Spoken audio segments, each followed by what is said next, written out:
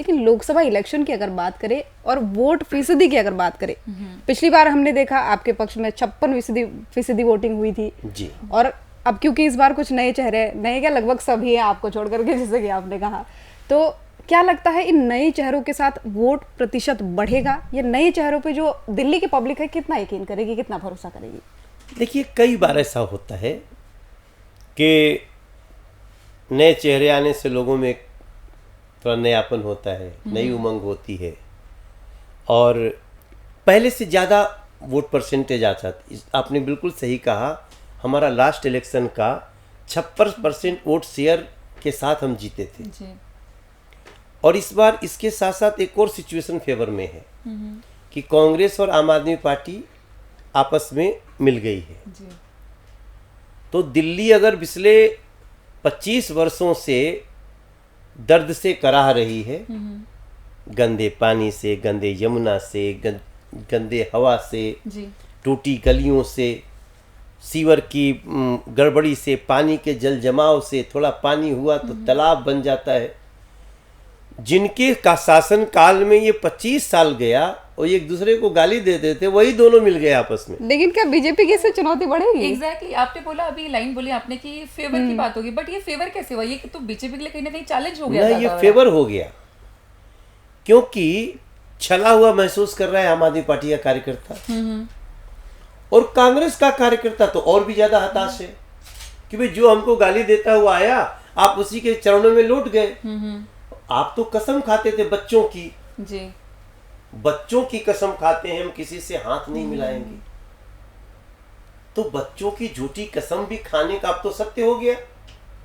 और जो लोगों को गाली दिए वो कैसे उनके साथ आएंगे? ये तो मनोज जी बीजेपी भी करती है बिहार में। बिल्कुल बिल्कुल बिल्कुल। दो हाथ करते थे और आज उसी के साथ में हाथ मिला लिया। नीतीश कुमार जी के साथ हमारा नेचुरल एलाई है, बीच में छोड़ के चले गए होंगे। हम ऐसा नहीं था कि हम नीतीश जी के साथ कोई नया अलाइनमेंट कर लिए हैं, वो अलाइनमेंट तोड़ के बीच में चले गए तो गाड़ी एक्सीडेंट होते होते बची, फिर आ गए रास्ते पे।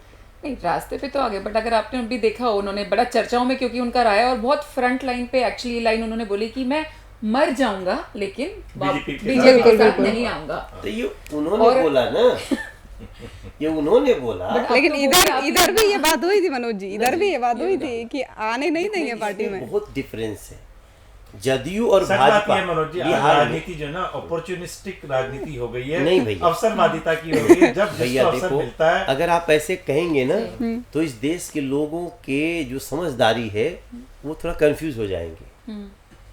जदयू और भाजपा जी 2005 से पहले से साथ में है।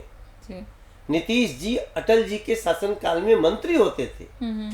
आम आदमी पार्टी जब आई है तो उसने सारी पार्टियों को चोर बोला है और आम आदमी पार्टी के मुखिया ने कहा हम अपने बच्चों की कसम खाते हैं कि हम कभी किसी दूसरी पार्टी से समझौता नहीं करेंगे।